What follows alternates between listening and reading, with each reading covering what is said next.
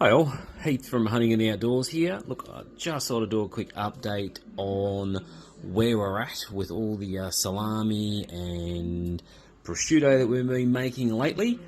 So what we've got here at the moment is the piglet. So in the piglet at the moment we have our venison salami. So that's been hanging now about 3, nearly 4 weeks. So that's got a really nice mould going on there at the moment. Actually didn't even use any mould on that particular salami. In the past I have used the Firm 600. That's actually pretty good mould normally. Works really well. In there also we've got our two nice big Wallaby legs that we're making into prosciuttos.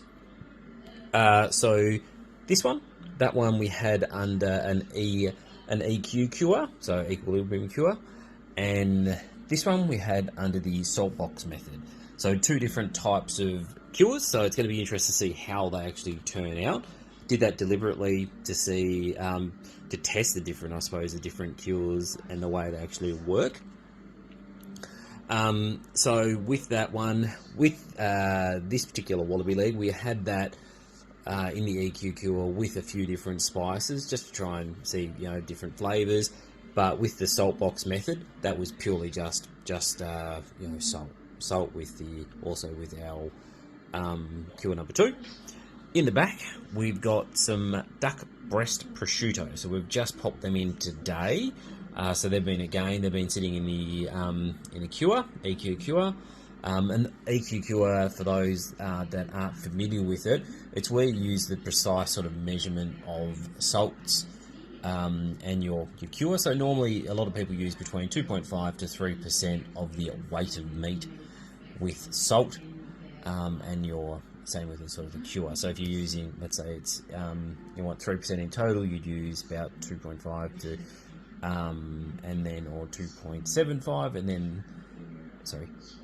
that's right, and then 0.25 in the cure.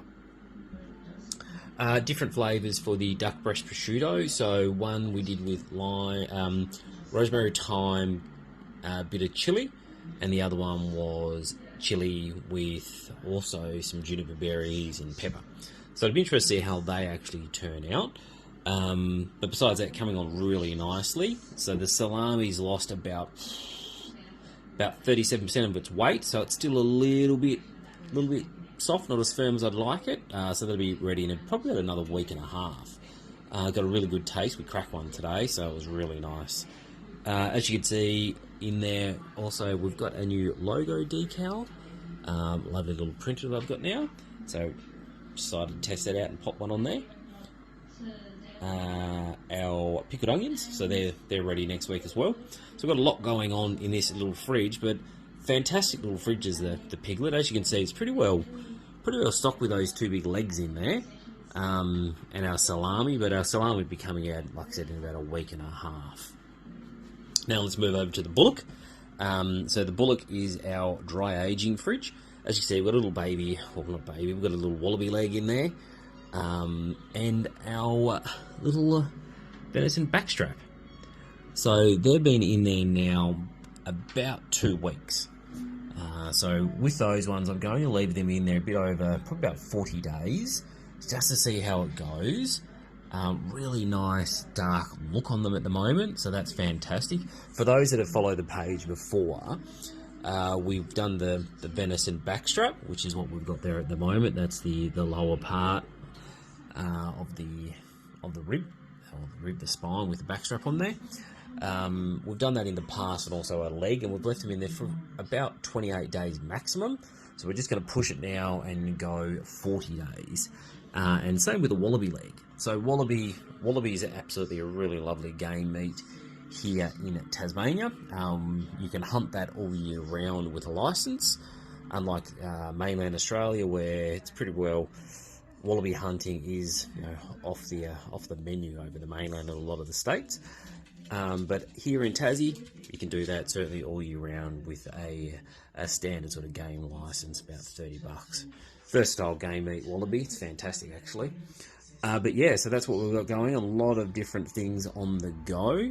Our prosciutto, Wallaby prosciutto, our duck breast prosciutto, salami, and our dry aging.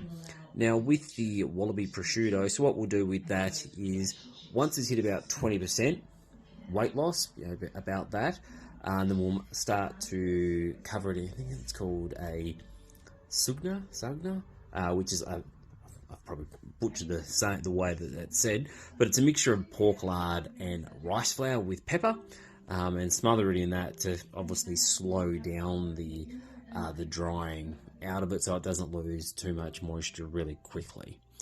But yeah, that's what we've got going on at the moment.